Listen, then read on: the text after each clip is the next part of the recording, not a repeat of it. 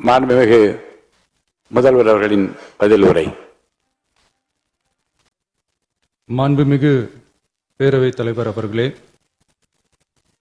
திரு C Joseph Vijay அவர்களை முதலமைச்சராக கொண்ட அமைச்சரவை மீது இப்பேரவை தனது நம்பிக்கையை தெரிவிக்கிறது என நான் மொழிந்துள்ள அரசினர் தீர்மானத்தின் மீது அனைத்து கட்சிகளை சார்ந்த மாண்புமிகு உறுப்பினர்கள் தங்களது கருத்துக்களை தெரிவித்து தீர்மானத்தை ஆதரித்தும் எதிர்த்தும் உரையாற்றியுள்ளனர். உரையாற்றிய உறுப்பினர்கள் அனைவருக்கும் என்னுடைய நன்றியை முதற்கண் தெரிவித்துக் கொள்கிறேன். இந்திய தேசிய காங்கிரஸ் கட்சி சார்பாக உரையாற்றிய மாண்புமிகு திரு சே ராஜேஷ் குமார் அவர்கள் தீர்மானத்தை வரவேற்றதோடு மட்டுமல்லாமல் மதசார்பற்ற அரசுக்கான ஆதரவு என கூறினார்கள். நிச்சயமாக இந்த அரசு மதசார்பற்ற அரசாகத்தான் செயல்படும் என்கிற உறுதியை தெரிவித்துக் கொள்கிறேன். அடுத்து உரையாற்றிய இந்திய கம்யூனிஸ்ட் கட்சி மார்க்சிஸ்ட் கட்சி சார்பாக உரையாற்றிய திரு ஆர் செல்லசுவாமி அவர்கள் இந்த தீர்மானத்தை வரவேற்று முழுமையான ஆதரவு தெரிவித்துள்ளார்கள்.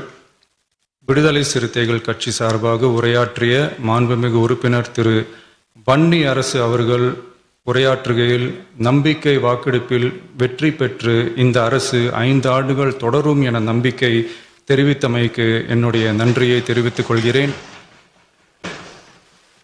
ஆதரிப்பவர்களுக்கு மட்டுமான அரசல்ல, எதிர்ப்பவர்களுக்கான அரசும் இது என சுட்டிக்காட்டியமைக்கு எனது நன்றியை தெரிவித்துக் கொள்கிறேன்.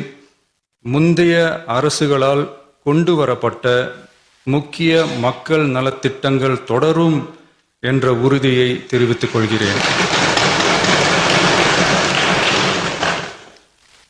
இந்திய யூனியன் முஸ்லிம் லீக் கட்சியின் சார்பாக உரையாற்றிய மாண்புமிகு திரு ஆமு ஷாஜகான் அவர்கள் தீர்மானத்தை வரவேற்று வரலாற்று சாதனை இந்த அரசு படைக்கும் என வாழ்த்தியுள்ளார்கள்.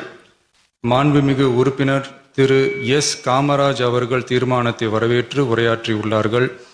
இந்திய கம்யூனிஸ்ட் கட்சி சார்பாக உரையாற்றிய மாண்புமிகு திரு ராமச்சந்திரன் அவர்கள் தீர்மானத்தை வரவேற்று பேசியுள்ளார்கள்.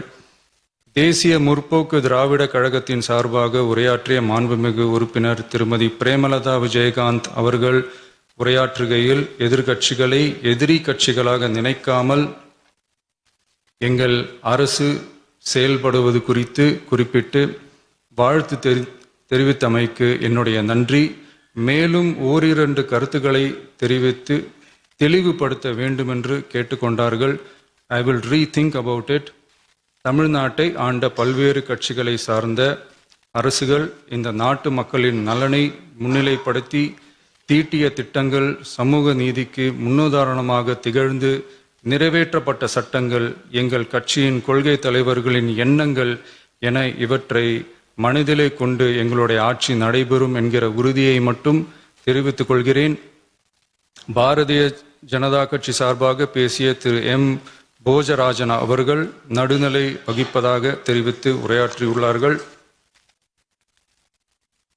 பாட்டாளி மக்கள் கட்சியின் சார்பாக அடுத்து உரையாற்றிய மாண்புமிகு முனைவர் திருமதி சௌமியா அன்புமணி அவர்கள் உரையாற்றுகையில் விவசாயிகள், இளைஞர்கள், மகளிர் நலன், மது ஒழிப்பு குறித்து செயல்படுத்தப்பட வேண்டிய திட்டங்கள் குறித்து குறிப்பிட்ட தீர்மானத்திலிருந்து விலகி நிற்பதாக தெரிவித்துள்ளார்கள். மகளிர் பாதுகாப்பிலிருந்து தவிர எந்த அரசு இம்மியளவும் இடம் தராது. அடுத்து உரையாற்றிய மாண்புமிகு திரு மு தமிழன் அன்சாரி, மாண்புமிகு திரு கே நித்யானந்தன், மாண்புமிகு முனைவர் MH ஜவாஹிருல்லா, மாண்புமிகு திரு எடப்பாடி கே பழனிசாமி அவர்கள் மற்றும் ஆகியோர் உரையாற்றுகையில் தீர்மானத்தை எதிர்த்து உரையாற்றியுள்ளார்கள். எதிர்க்கட்சி தலைவர் வெளிநடப்பு செய்துவிட்டார்கள். மாண்புமிகு திரு SP வேலுமணி அவர்கள் தீர்மானத்தை ஆதரித்து உரையாற்றியுள்ளார்கள். குதிரை பேரத்தில் எமது அரசு ஈடுபடுகிறது என்ற கருத்தை தெரிவித்த மாண்புமிகு உறுப்பினர் அவர்களுக்கு நான் ஒன்றை மட்டும் சொல்லிக் கொள்கிறேன். இந்த அரசு குதிரை வேகத்தில் செயல்படுகிற அரசே தவிர குதிரை பேரத்தில் ஈடுபடுகிற அரசு இல்லை என்பதை ஆணித்தரமாக தெரிவித்துக் கொள்கிறேன்.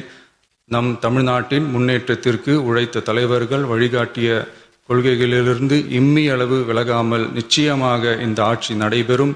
எனவே நான் மொழிந்துள்ள இத்தீர்மானத்தை மாண்புமிகு உறுப்பினர்கள் அனைவரும் ஏகமனதாக நிறைவேற்றித் தர வேண்டும் என்று கேட்டுக்கொண்டு அமர்கிறேன்.